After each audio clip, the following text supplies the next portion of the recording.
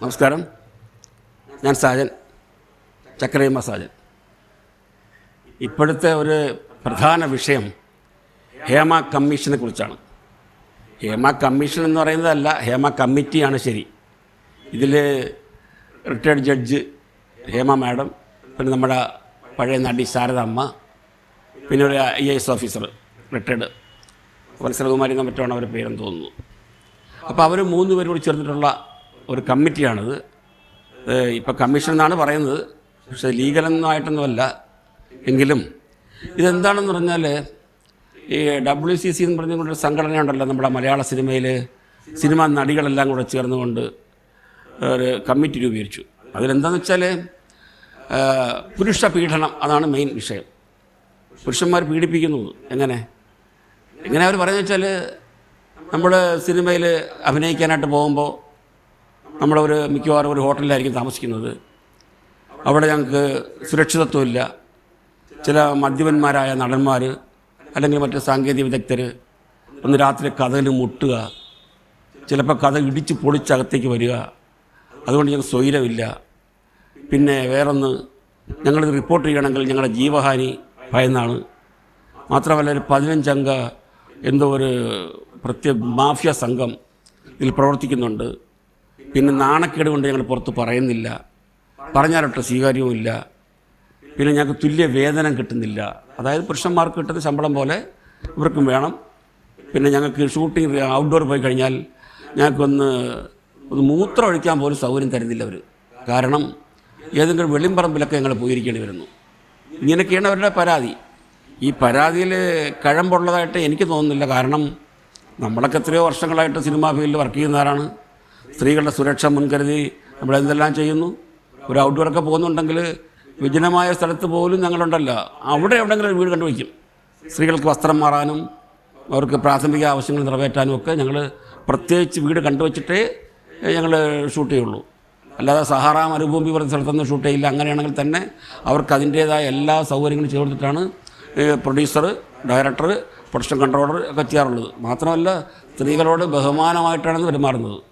അതിൽ നമ്മുടെ ചില വ്യക്തികളോടുള്ള വ്യക്തി വൈരാഗ്യം തീർക്കാനായിട്ട് ചില ആരോപണങ്ങൾ പറയാമെന്നുള്ളത് അല്ലാതെ അത് മുൻകാലത്തും ഉണ്ടായിട്ടുണ്ട്. കാരണം ചില വ്യക്തികൾക്ക് പറയില്ല, ഇന്ന നടനാണ് എന്നെ പടത്തിൽ നിന്ന് ഒഴിവാക്കിയത്, അയാൾ ഇഷ്ടത്തിന് ഞാൻ വഴങ്ങാത്തതുകൊണ്ടാണ് എന്നൊക്കെ പറയുന്നതിലൊരു ബാലിശമാണ്. അങ്ങനെയൊന്നും പണ്ടും ഇല്ല, ഇപ്പോഴും ഇല്ല, ഇനി ഒട്ടുണ്ടാവുകയില്ല. സിനിമയിലെ മേഖലയെക്കുറിച്ച് ശരിക്കും കുശുമ്പും അസൂയുള്ള ആൾക്കാരാണ് ഇത് പറയുന്നത്. പിന്നെ ഈ പറയുന്നത് വെച്ചാൽ അവർക്ക് എല്ലാവരെയും പോലെ സിനിമാ രംഗത്ത് പൊങ്ങി വരാൻ പറ്റില്ല. പിന്നെ ഒരു പ്രത്യേക നടനോ നടിക്ക് കൊടുക്കുന്ന രീതിയിലുള്ള സമീപനമോ രീതി ആയിരിക്കില്ല എല്ലാവരെയും ഒരുപോലെ കാണാൻ പറ്റില്ല. കാരണം അവർക്ക് പ്രത്യേകിച്ച് 5 സ്റ്റാർ ഹോട്ടലാണ് സൗകര്യം കൊടുക്കുന്നതെങ്കിൽ മറ്റുള്ളവർക്ക് അത്രയൊന്നും കൊടുക്കാൻ പറ്റിയത് വരില്ല. കാരണം ഇവിടുത്തെ 5 സ്റ്റാർ ഹോട്ടലിലൊക്കെ ചാർജൊക്കെ അറിയാമല്ലോ. അതുകൊണ്ട് ഓരോരുത്തരുടെ കാറ്റഗറി അനുസരിച്ചിട്ട് വ്യത്യസ്ത സ്ഥലങ്ങളിൽ താമസിപ്പിക്കും. പ്രധാന നടനും നടിയുമാണ് നമ്മുടെ വാണിജ്യ സിനിമയ്ക്ക് മുഖ്യ ഘടകം. അതായത് ഇന്ന ആൾ, ഒരു പ്രധാന നടൻ അഭിനയിക്കുമ്പോഴാണ് ഇന്ന പടത്തിന് ഇത്ര മാർക്കറ്റ് ജനങ്ങൾ കാണുക. ഇപ്പം നടിമാരൊക്കെ പണ്ട് ഓക്കെ ആയിരുന്നു, ഇപ്പം എന്നാൽ എടുത്തു പറയുന്നു ഇപ്പോഴേ ടേക്ക് ഓഫ് ഹവോൾഡ് അറിയൂ. അപ്പോൾ ഇത്തരം സിനിമകൾ തന്നെ നായകനും വേണമെന്നില്ല, നല്ല കഥയെ ആസ്പദമാക്കി ആ പടം, അങ്ങനത്തെ പടങ്ങൾ ഓടാറുണ്ട്. മറ്റു പടങ്ങളെല്ലാം തന്നെ നായകന് പ്രാധാന്യം കൊടുത്ത് തന്നെയാണ് സിനിമ ഏത് ഭാഷയിലായാലും ശരി, ഹിന്ദി ആവട്ടെ, തെലുഗു ആവട്ടെ, തമിഴാവട്ടെ, മലയാളം ആവട്ടെ, ഏത് ഭാഷയായാലും പ്രധാനം ആരൊക്കെ അഭിനയിച്ചിരിക്കുന്നതാണ് ചോദിക്കുന്നത്. ആ കാലഘട്ടത്തിനനുസരിച്ച ഹീറോമാർ അഭിനയിക്കുന്ന പടങ്ങൾക്ക് മാർക്കറ്റ് വാല്യൂ ഉള്ളൂ. എന്തിന് ഈ അടുത്ത കാലത്ത് OTT, എന്ത് പടം OTT എടുക്കുമായിരുന്നു, ഇപ്പം അങ്ങനെയാണോ? അല്ല. OTT കച്ചവടം നടക്കണമെങ്കിൽ പ്രധാന നടന്മാർ വേണം. മമ്മൂട്ടി, മോഹൻലാൽ തുടങ്ങിയ നടന്മാരുണ്ടെങ്കിലല്ലേ ഇപ്പോൾ OTT. ദുൽഖർ സൽമാൻ, പിന്നെ പൃഥ്വിരാജ്, ഇങ്ങനെ തുടങ്ങിയ നടന്മാർ പേരുണ്ടെങ്കിൽ നായിക ആരോ ആയിക്കോട്ടെ, അവർക്ക് പ്രശ്നമില്ല. നായിക ചോദിക്കുന്നേ ഇല്ല OTTക്ക്. അപ്പോൾ ഓൺ ദ ടേബിൾ ബിസിനസ്സാണ്. അപ്പോഴത് ബിസിനസ് ചെയ്യുന്ന പ്രൊഡ്യൂസേഴ്സൊക്കെ അങ്ങനെയല്ലേ നോക്കുള്ളൂ. അപ്പോൾ മറ്റുള്ളവർക്കും അതേ ഫെസിലിറ്റീസും അതേ രീതിയിൽ കൊടുക്കണമെന്ന് വെച്ചാൽ നടക്കുന്ന കാര്യമല്ല. അപ്പോൾ കുശുമ്പ് കൊണ്ട് പലതും പറഞ്ഞു വരുത്തുക. പിന്നെ വേറൊന്ന് ഞാൻ ചോദിക്കട്ടെ, നേരത്തെ പറഞ്ഞ ആരോപണങ്ങൾ പോലെ ഉറങ്ങാൻ കഴിയുന്നില്ല, തട്ടുന്നു മുട്ടുന്നൊക്കെ. ഇതെന്താ ഇവർ ആ ഹോട്ടലാണെങ്കിൽ ഹോട്ടലിൽ മാനേജർ ഉണ്ടാവില്ലേ, അകത്ത് ഫോണില്ലേ, ഇൻ്റർകോമില്ലേ, കൗണ്ടറിൽ വിളിച്ച് പറയാമല്ലോ, എനിക്ക് ഉറങ്ങാൻ കഴിയുന്നില്ല, ആരോ വന്ന് കഥകൾ മുട്ടുന്നു, ഉടനെ മാനേജരകത്ത് വരില്ലേ? ആരെയാണ് അങ്ങനെ പറയുന്നത്? ആരെയാണ് പേടിക്കുന്നത്? ജീവഹാനിക്കുന്നത് ആരെങ്കിലും കൊന്നു കളയോ? ഒന്നുമില്ല. ആ പടത്തിലുള്ള ആരെങ്കിലും ആണെങ്കിൽ ഹോട്ടൽ മാനേജരോട് പറയാം. അല്ല, വേറെ ആർക്കും സംശയാലുക്കൾ ആരെങ്കിലും ആണെങ്കിൽ ആ പടത്തിൽ ഡയറക്ടറെ വിളിച്ച് പറയാം, അല്ലെങ്കിൽ പ്രൊഡ്യൂസറെ വിളിച്ച് പറയാം, അല്ലെങ്കിൽ പ്രധാനപ്പെട്ട പ്രൊഡക്ഷൻ കൺട്രോളർ വിളിച്ച് പറയാം. ഇതൊന്നും അല്ല, വെറുതെ ആരോപണങ്ങൾ കൊണ്ട് ഒരർത്ഥവുമില്ല. അല്ലെങ്കിൽ ധൈര്യമായിട്ട് തുറക്കണം. തുറന്നിട്ട് എന്താടാ മലരെ എന്ന് ചോദിക്കണം. ഓടില്ലേ അവനൊക്കെ? പിന്നെ അവൻ രംഗത്തുണ്ടാവുമോ? അവ സിനിമയിൽ നിന്നേ പോകുമല്ലോ. അങ്ങനല്ലേ? അങ്ങനെ ചങ്കുറ്റത്തോടുകൂടി ചോദിച്ചു കഴിഞ്ഞാൽ ഇവിടെ തീരാവുന്നതേ ഉള്ളൂ. അല്ലെങ്കിൽ ഏത് മേഖലയിലാണ് പുരുഷാധിപത്യം ഇല്ലാത്തത്? സ്ത്രീകളും പുരുഷനും ഒരേപോലെ വർക്ക് ചെയ്യുന്ന മേഖലകളല്ലേ ഇന്ന് സമൂഹത്തിൽ ഒട്ടനവധി. സിനിമ ആകുമ്പോഴത്തേക്ക് ഒരു സെലിബ്രിറ്റീസ് ഉള്ളതാണ്, 10 പേര് കാണും, കേൾക്കും, പ്രചാരമുണ്ട്. അതുകൊണ്ട് എന്തുവാ ഇപ്പം എന്താ കഴിഞ്ഞ രണ്ട് മൂന്ന് ദിവസമായിട്ട് ഇത് തന്നെ 2017 സബ്മിറ്റ് ചെയ്ത സംഭവം ഹേമ കമ്മിറ്റി 2019 ഡിസംബറിലും മറ്റുമാണ് ഇത് വെളിയിൽ വരുന്നത്. പിന്നെ ഇത് പുറത്തുവിടാൻ പറ്റുന്നില്ല, കാരണം ലീഗലി കുറച്ച് പ്രശ്നങ്ങളുണ്ട്. അത് നമ്മുടെ ഇതിൽ തന്നെ നമ്മൾ മുമ്പ് മന്ത്രി AK ബാലൻ അദ്ദേഹം പറയുന്നുണ്ട്, വിവരങ്ങൾ പഠിച്ചിട്ടേ പുറത്തുവിടാൻ പറ്റുള്ളൂ, ഇത് ഗവൺമെൻറ്റിൻ്റെ കുറ്റമല്ല, ഇങ്ങനെ പലതും പറയുന്നുണ്ട്. പിന്നെ ഓരോരുത്തർ സിനിമയിലുള്ളവരും സമൂഹത്തിലെ ഉന്നത വ്യക്തികളും ഇതിനെക്കുറിച്ച് ഇന്നലെയും ഇന്നുമായിട്ട് അഭിപ്രായങ്ങൾ പറഞ്ഞുകൊണ്ടിരിക്കുകയാണ്. അതുകൊണ്ടാണല്ലോ ഇപ്പോൾ ആൾക്കാർ എന്നോട് ചോദിച്ചത്, സാജൻ സാറിന് ഇതിനെക്കുറിച്ച് എന്ത് പറയാനെന്ന്. എനിക്കെന്ത് പറയാൻ പറ്റും? എനിക്ക് സിനിമയിൽ അറിയാവുന്ന നിങ്ങളെപ്പോഴുള്ള അറിവേ എനിക്കുള്ളൂ. പക്ഷേ എൻ്റെ സിനിമയിലോ ഞങ്ങളുടെ കാലഘട്ടത്തിലോ ഇങ്ങനെ ആരും പരാതിയായിട്ട് വന്നിട്ടുമില്ല, പോയിട്ടുമില്ല. ഒരു സിനിമയിൽ അഭിനയിക്കുന്ന കഥ പോലും ഇപ്പോഴാണ് നമ്മൾ നടീനടന്മാർ പോയി പറയുന്നത്. പണ്ട് കഥ പോലും ചോദിക്കാറില്ലായിരുന്നു. അവർക്കറിയാം ഇന്ന ഡയറക്ടറാണെങ്കിൽ നല്ല പടമായിരിക്കും. പണ്ട് നമ്മുടെ സേതുമാധവൻ സാർ പറഞ്ഞിട്ടുണ്ട്. സേതുമാധവൻ സാറിന് അറിയാമല്ലോ, ഫാമിലി സിനിമകൾ എടുക്കുന്ന വലിയ ഡയറക്ടർ. ഈയിടെ അടുത്ത കാലത്താണ് മരണപ്പെട്ടത്. അദ്ദേഹത്തിനോട് അമ്മ പറഞ്ഞു അത്രേ, സേതു നീ സിനിമയിൽ പോകണമെങ്കിൽ സ്ത്രീകളെ ബഹുമാനിക്കണം എന്ന് പ്രത്യേകിച്ച് അമ്മ പറഞ്ഞിട്ടുണ്ടെന്നാണ് സേതുമാധവൻ സാർ പറയുന്നത്.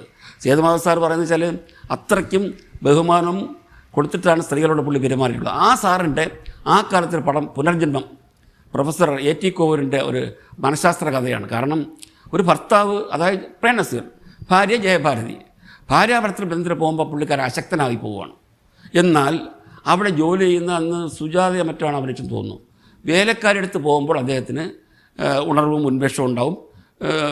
പുരുഷബന്ധം സ്ഥാപിക്കാൻ അദ്ദേഹത്തിന് കഴിയുന്നൊരു സിനിമയാണ്. ആ പ്രമേയം അദ്ദേഹം ഇത് സിനിമയാക്കിയാൽ എങ്ങനെ ആവും എന്ന് കരുതിയിട്ട് വളരെ ബുദ്ധിമുട്ടി. അവസാനം അതിലിപ്പോൾ തന്നെ പറഞ്ഞിട്ടുണ്ട്, ഈ ഭർത്താവിനെ എന്താണ് വശീകരിക്കാൻ മാർഗം എന്ന് കരുതി ഭാര്യ നഗ്നിയായിട്ട് അദ്ദേഹത്തിന് മുമ്പിൽ നിൽക്കും എന്നുവരെ അതിലുണ്ട്. പക്ഷേ എടുത്തത് സേതുമാധവൻ സാറാവണം ആണ്. അതുകൊണ്ട് ആ ചിത്രീകരണം എനിക്ക് ഇന്നും ഓർമ്മയുണ്ട്. ഇത്ര മനോഹരമായിട്ടാണ് ചിത്രീകരിച്ചിരിക്കുന്നത്. പക്ഷേ എന്നിട്ട് പോലും അന്നത്തെ കാലത്ത് A സർട്ടിഫിക്കറ്റാണ് കിട്ടിയത്. അന്ന് ചെറുപ്പക്കാർ ഇടിച്ചു കയറി.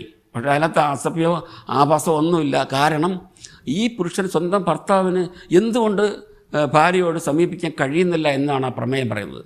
അതേ ഒരു മാനസിക രോഗമായിരുന്ന സംഭവം. ഭാര്യയെ കാണുമ്പോൾ അമ്മയെ ഓർമ്മ വരുന്നു. അമ്മ തലതോർത്തി കൊടുക്കുന്നതും കുളിപ്പിക്കുന്നതൊക്കെ ഈ ചെറുപ്പകാലത്തിൽ ഈ കുട്ടിക്ക് ഓർമ്മ ഒന്നുമാണ്. ഈ ഭാര്യയായിട്ട് ബന്ധപ്പെടാൻ ശ്രമിക്കുമ്പം സ്വന്തം അമ്മ വരുന്നത്. അതാണ് പുള്ളിക്കാരൻ്റെ മാനസിക പ്രശ്നം. അതാണ് പ്രൊഫസർ A.T. കോവൂർ എൻ്റെ കഥയിൽ ആസ്പദമാക്കി ഈ പുനർജന്മം എടുത്തത്. അതുപോലെ എത്ര സിനിമകളിൽ സംവിധായകർ സബ്ജക്റ്റീവായിട്ട് പ്രദർശിപ്പിച്ചിട്ടുണ്ട് മോശമല്ലാത്ത രീതിയിൽ. എന്നാൽ എന്താണ് ഭാര്യാഭർത്തൃ ബന്ധം, എന്തുകൊണ്ട് കുട്ടികളുണ്ടാവുന്നില്ല, ഇങ്ങനെയുള്ള സിനിമകൾ നമ്മൾ കാണിക്കണമെങ്കിൽ അതിൻ്റേതായ രീതിയിൽ നമ്മൾ ചിത്രീകരിച്ചേ പറ്റുള്ളൂ. പക്ഷേ അന്നൊക്കെ സ്ത്രീകൾ നമ്മൾ നടിമാരെടുത്ത് പറയും, ഇന്ന സീനുണ്ട്, ഈ രീതിയിൽ നിങ്ങൾ പ്രവർത്തിക്കണം, ഇങ്ങനെയൊക്കെ അനുബന്ധ സാറേ എന്ന് പറയും. ഇപ്പോൾ അതല്ല, എൻ്റെ വസ്ത്രം മാറാൻ പറയുന്നു, അങ്ങനെ എന്നെ റൂമിലേക്ക് കൊണ്ടുപോകുന്നു, ഇത് മോശമായിട്ട് പെരുമാറുന്നു. ആരാണ് മോശമായിട്ട് വരുന്നത്? സ്വന്തമായിട്ട് പറഞ്ഞ് വെറുതെ ഒരു ന്യൂസ് ഉണ്ടാക്കാനല്ലേ ഉതവൂ. അതുകൊണ്ടെന്താ, ഈ വർക്കില്ലാതിരിക്കുന്ന കുറേ റിട്ടയർഡായിട്ടുള്ള കുറേ നടിമാർ പറയുന്ന ഒരു അപഖ്യാതി എന്നേ പറയുള്ളൂ. പിന്നെ ഇതിൽ വേറൊരു സംഭവം ഉണ്ടെന്ന് വെച്ചാൽ, ഇങ്ങനെ 35 പേരോ മറ്റോ ആണ് ഇതിന് ഹേമ കമ്മീഷൻ്റെ മുമ്പിൽ റിപ്പോർട്ട് കൊടുത്തിട്ടുള്ളത്. അവർ കേട്ടത് രഹസ്യമായിട്ട് സൂക്ഷിക്കുന്ന രീതിയിൽ ആൾക്കാർ ആരൊക്കെയാണെന്ന്, ഇതിൻ്റെ ആണുങ്ങൾ പുരുഷന്മാർ എന്ന് പിന്നീട് പറയാം എന്ന്, പക്ഷേ ഞങ്ങളുടെ പേര് വെളിപ്പെടുത്തരുത് എന്നൊക്കെ പറഞ്ഞിട്ടാണ് പറഞ്ഞത്. അതുകൊണ്ടാണ് ഇത്രയും കാലം ഇത് പുറത്താക്കാതെ ഇരുന്നത് അത്രയും. പക്ഷേ ഒന്നുണ്ട്, ഇങ്ങനെ ഏകപക്ഷീയമായി പോകരുത് ഒരു കമ്മിറ്റി. പുരുഷന്മാരെയും വിളിക്കണം. ആരെങ്കിലും ആരെക്കുറിച്ചെങ്കിലും പറഞ്ഞിട്ടുണ്ടെങ്കിൽ ഈ ഹേമ കമ്മിറ്റിക്ക് വ്യക്തികളെ രഹസ്യമായിട്ട് വിളിക്കാമല്ലോ. രഹസ്യം വെച്ചാൽ അവർക്ക് പ്രത്യേക നോട്ടീസ് അയച്ചിട്ട് വിളിച്ച് പറയണം, ഇങ്ങനെ ആരോപണങ്ങളുണ്ട് ചോദിക്കാമല്ലോ. അതുപോലെ മാത്രമല്ല ഈ സിനിമയിലുള്ള തന്നെ മറ്റ് ചില എത്രയോ പുരുഷന്മാർ ഈ മേഖലയിൽ വർക്ക് ചെയ്യുന്നുണ്ട്. അവരോട് ഇങ്ങനെ ചോദിക്കാമല്ലോ. സ്ത്രീകളോട് മാത്രമല്ല ചോദിക്കേണ്ടത്, ഏകപക്ഷീയമായി പോരുത്, പുരുഷന്മാരോട് ചോദിക്കണം ഇങ്ങനെ സംഭവം നടന്നിട്ടുണ്ടോ. ഇതിപ്പോൾ എന്ത് പറഞ്ഞാലും ശരി, ഈ കുറേ നാളെന്താ മീറ്റു എന്ന് പറഞ്ഞൊരു സംഭവം, കുറച്ച് നാളുടെ പുരുഷന്മാർ താമസിച്ച് അവരുടെ ആഹാരം കഴിച്ച് അവരുടെ സുഖലോലുമായിട്ട് ജീവിച്ചിട്ട് അവസാനം അയാളെ മീറ്റു എന്ന് പറഞ്ഞ് പീഡിപ്പിക്കുന്നു, ഞാൻ മീറ്റു. പിന്നെ വേറെ ഈയിടെ ഏതാണ്ട് ഒരു 2 വർഷക്കാലം ഒരു കല്യാണം കഴിച്ച ഒരു പ്രൊഡ്യൂസർ, അതെ അദ്ദേഹം അറിയപ്പെടുന്ന ഒരാളാണ്, ഒരു നിർമ്മാതാവ്. അദ്ദേഹത്തോട് 2 വർഷം സുഖമായിട്ട് ജീവിച്ചിട്ട് അടുത്ത പടത്തിൽ ചാൻസ് ഇല്ലാത്തപ്പോഴത്തേക്കേ അയാളുടെ പേരിൽ എന്നെ പീഡിപ്പിച്ചു എന്ന് പറയുന്നത്. ഇതൊക്കെ ശരിയാണോ? ഇതൊക്കെ എവിടെ കൊണ്ട് അവസാനിപ്പിക്കാനാണ്? ആര് കേൾക്കാനാണ്? ആർക്കാണ് മോശം പേര്? സ്വന്തം പേര് മോശമാക്കാനല്ലേ ഉപയോഗിക്കാൻ പറ്റുള്ളൂ. അതായത് മീറ്റു, ഹണി ട്രോപ്പ്, ഇങ്ങനെയൊക്കെ എന്തിനാണ്? സ്വന്തം പണ്ട് പറയുമല്ലോ, സ്വന്തം പലട കുത്തി നാറ്റുന്നത്. അല്ല, ഇവർക്ക് നാറുന്നൊരു പ്രശ്നമില്ല, കാരണം അവർക്ക് പടമില്ല, ഒഴിഞ്ഞു പോവുകയാണ്.